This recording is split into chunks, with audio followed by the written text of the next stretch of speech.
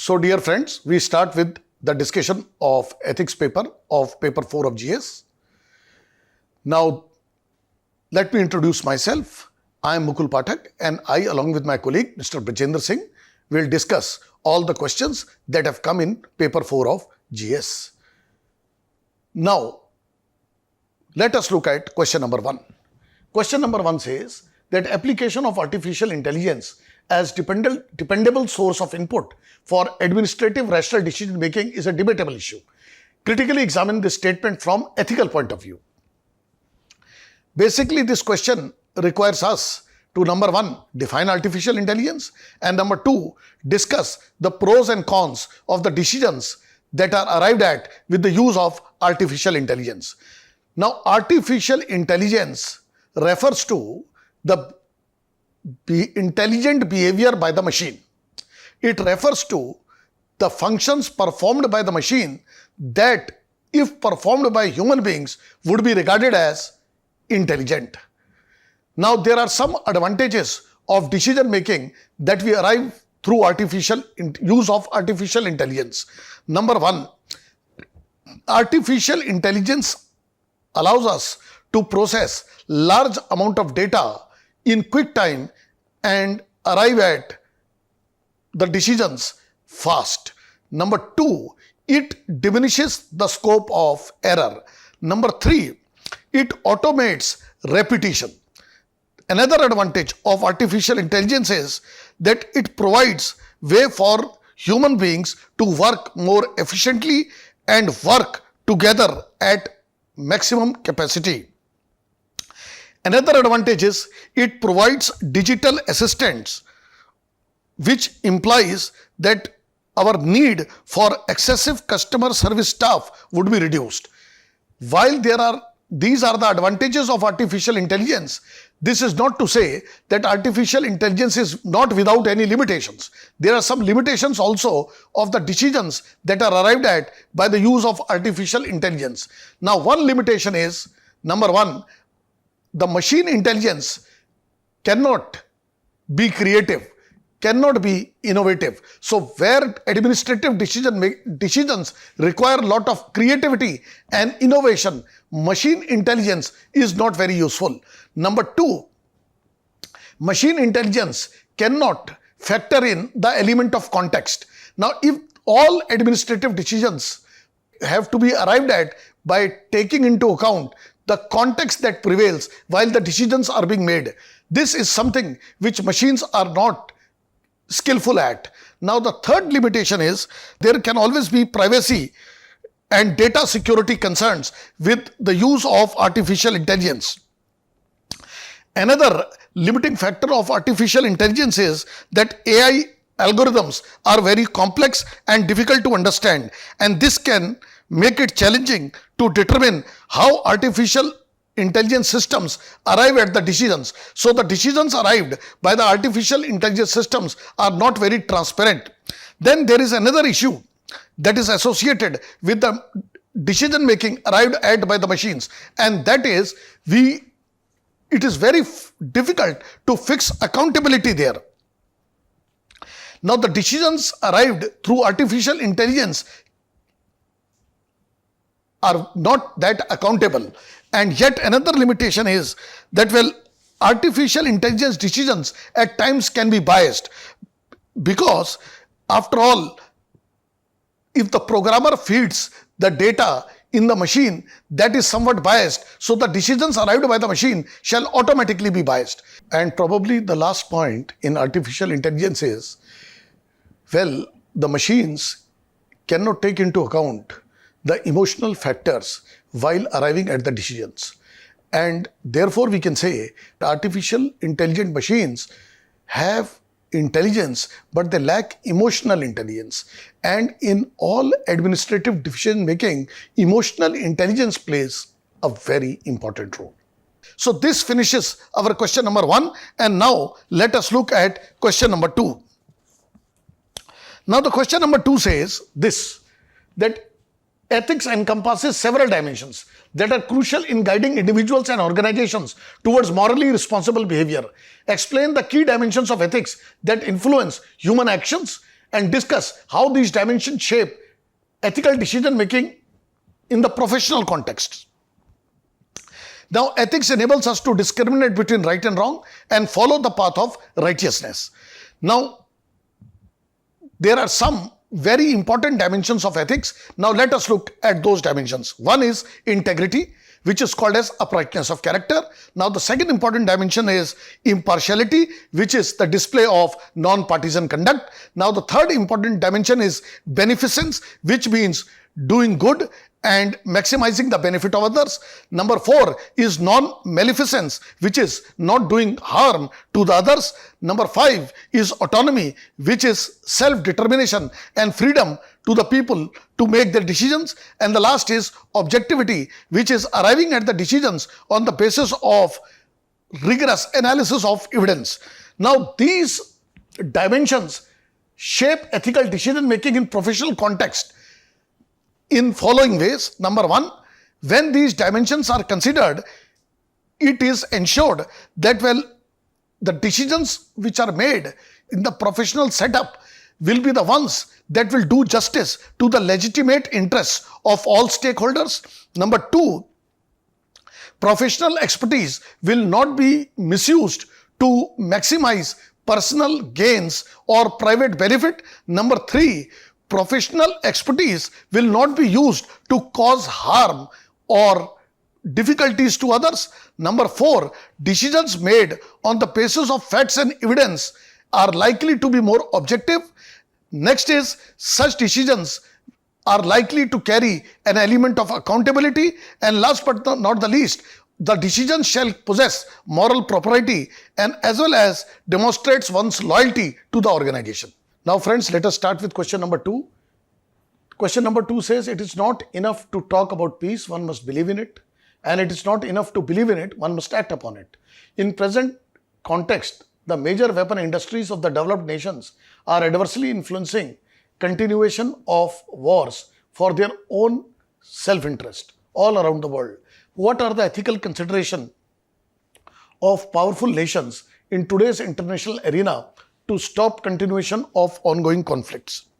Now friends, what are wars?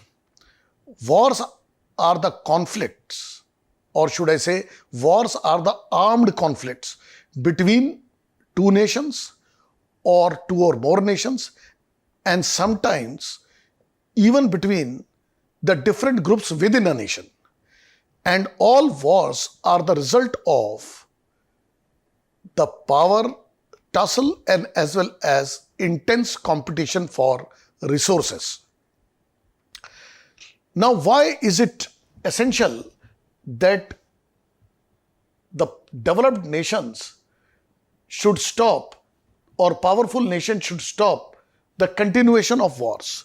Now, these are the reasons that we can cite. Number 1, respect for sovereignty of other nations is the first reason. Number 2, moral and ethical obligation to serve the humankind. Moral and ethical obligation to serve the humankind. Number 3, respect for international law that lays down peaceful resolution to conflict. Number 4, respect for human rights. Number 5, the obligation to prevent economic disintegration of nations and also the moral duty to pull up the people who are in the less developed nations, to enable the people who are in less developed nations to come out of their poverty. Next is the moral duty to conserve the nature and the environment. And these are the principal reasons why the developed nation and the powerful nations must stop the continuation of war. Now let us see question number 2. Global warming and climate change are the outcomes of human greed in the name of development, indicating the direction in which extinction of organisms, including human beings, is heading towards loss of life on earth. How would you put an end to this? To protect life and bring equilibrium between society and the environment. Now let us see how can we do it. Number 1, by developing in people eco-centric attitudes. And for this, we need to carry educational campaigns and awareness building programs. Number 2, by promoting and incentivizing the use of green technology. Now, green technology will result in waste management and recycling. Green technology would involve sustainable transportation, use of renewable resources, etc. Number 3 is capacity building and poverty alleviation. Number 4, introducing lifestyle changes to eliminate conspicuous consumption and wastage of resources. Number 5, green accounting should become the integral part of national budgeting of all countries. Next, making people assume responsibility for their environment conservation actions, and also the promotion of eco-spiritualism. Now friends, let us take question number 4b. Mindless addiction to form, ignoring the substance of matter, results in rendering of injustice. A perceptive civil servant is one who ignores the literalness and carries out the true intent. Examine the above statement with suitable illustrations. Now, this statement implies that one must respect not just the letter of law, but most importantly, the spirit of law. Rules and regulations are made to serve justice to people, but if one is caught in the quagmire of these rules and regulations without considering the spirit behind these rules and regulations, only injustice can result. Now, there are some examples also to support this, that, well, how a civil servant who is perceptive is likely to ensure that the justice is served and injustice is avoided. Let us take an example of a police officer who allows the ambulance carrying a patient who is critically injured to reach the hospital even when there were traffic restrictions around due to the VIP movement. Now, this would be an example of a person who is a public servant who sets aside the procedural constraints and allows the spirit of law to prevail. Now, example number 2. If there is a civil surgeon who carries out an operation on a seriously injured patient who needs immediate intervention without waiting for the informed consent to be given by the relatives, again is an example of an individual who has rendered justice through his perceptive orientation and has placed substance over the form. So dear friends, now we start with case study based questions. Question number 10. It was about Sneha, senior manager, working in a reputed hospital chain, and she has been made in charge of new specialty center. The building has been reconstructed and procurement of equipment and machine was taking place. As a head of committee, she was responsible for procurement. Bids were invited. She notices her brother, also a supplier, who has expressed his expression of interest. Now she is aware that brother's company is facing some financial difficulties. Allocating contract to her brother might label some charges of favoritism against her, may tarnish her image. Hospital management trusts her. Now what should Sneha do? So the question number 1 is, what should be the Sneha's course of action? Now Sneha's course of action will be as follows. Number 1, she should make a decision which is just and fair. Number 1. Number 2, her decision should reflect her personal and professional integrity. Number 3, she should select the bidder who is able to supply quality equipment at the lowest price. And finally, her decisions should reflect her loyalty to the organization. Now question number 2. How would she justify what she chooses to do? Now she will justify her decisions on the basis of merit and fair evaluation of the tenders, keeping in view the interest of the organization. Number 2, she will demonstrate her professional and personal integrity. Number 3, whatever she does, she should keep in loop all the seniors associated and must place and record her decisions. In this case, how medical ethics is compromised with vested personal interest. See, medical ethics will be compromised in this case only when she displays some favoritism towards her brother and decides to give contract to her brother even when he was not a lowest bidder and even when equipment he was supplying were not the best equipments that could be procured. Only then it will be a compromise of medical ethics. Otherwise, violation of ethics will also be if the contract would be given to some unworthy persons and decisions are made without any due diligence. If the interest of organization is compromised in some way, then in that case, we can say it will be an example of violation of medical ethics. If equipments are the best equipments that can be procured at the lowest price, then there would be no compromise with any kind of medical ethics. So dear friends, we start with question number 11. As you see, summer heat was exceptional. There was shortage of water resources. Industries were drawing water. Farmers were needing water. The farmers who were prevented from using the deep bore wells threatened agitation. They also reported that there was corruption in the administration.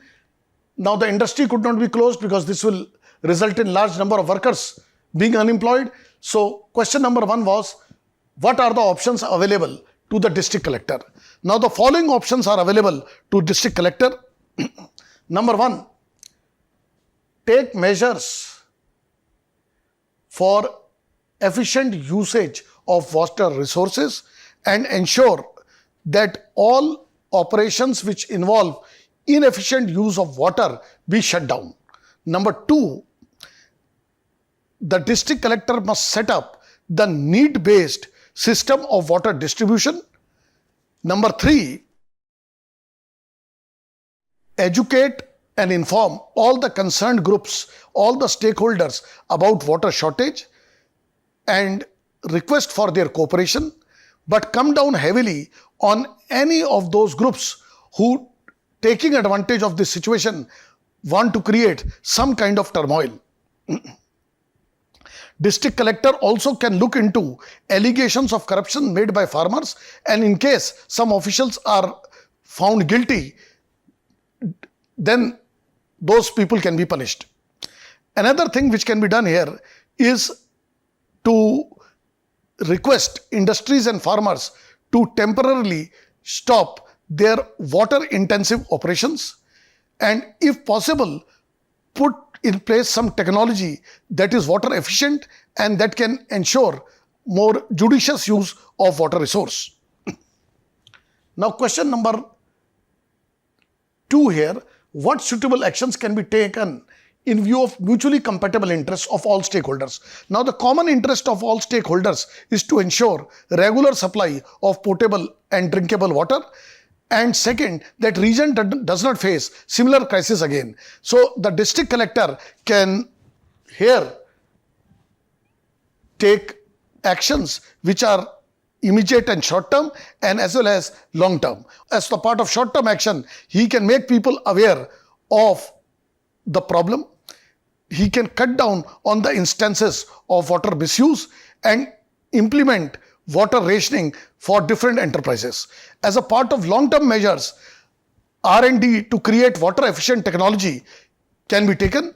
Second, in the curriculum, the importance of conserving water should be highlighted and effort should also be made to develop eco-centric attitudes.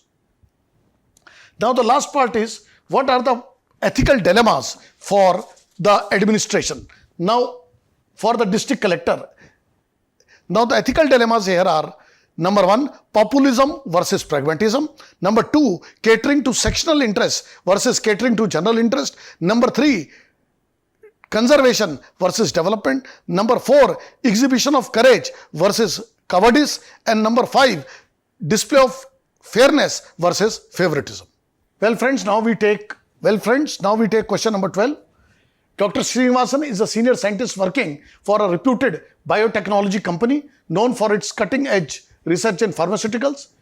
He is heading the research team and is heading a research team that is working on a new drug aimed at treating a rapidly spreading variant of a new viral infectious disease. The disease has been spreading across the world. Dr. Srinivasan's team is under pressure to expedite the trial. Some senior members of team suggest some shortcuts for expediting the clinical trial, which include foregoing the informed consent, selectively reporting positive results, and using the compound patented by a rival company.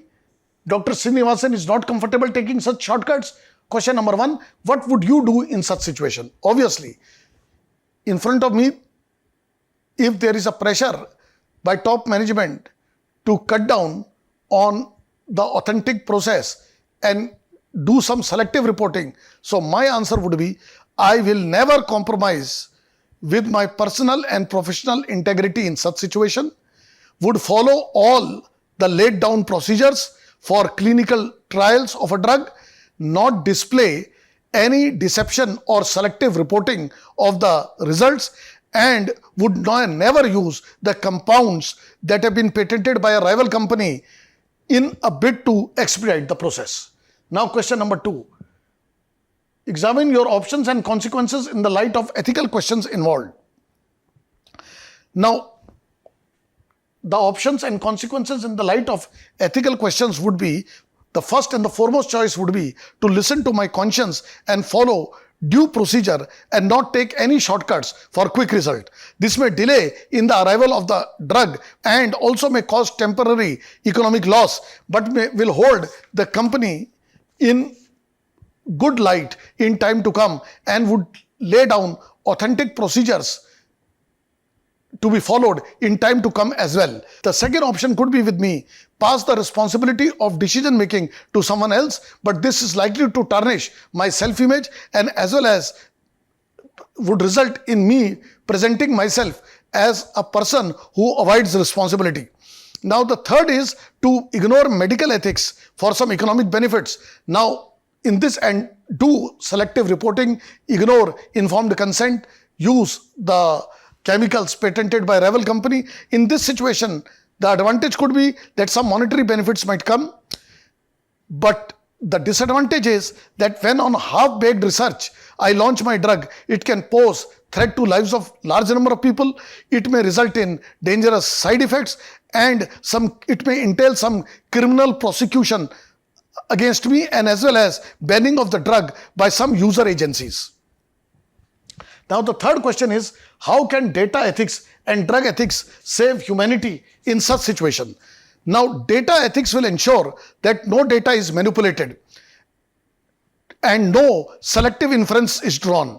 So data ethics shall ensure that no deception, no biased reporting of the finding is done and only the correct and objective decisions are made. Drug ethics shall ensure one shall not use the compound patented by other companies, must duly hold clinical trials with proper informed consent of those participating in the trials and ensure that drugs will be released for use by general public only when all the data about its effects and side effects is known and the carefully controlled research has been done on the drug. Thank you very much.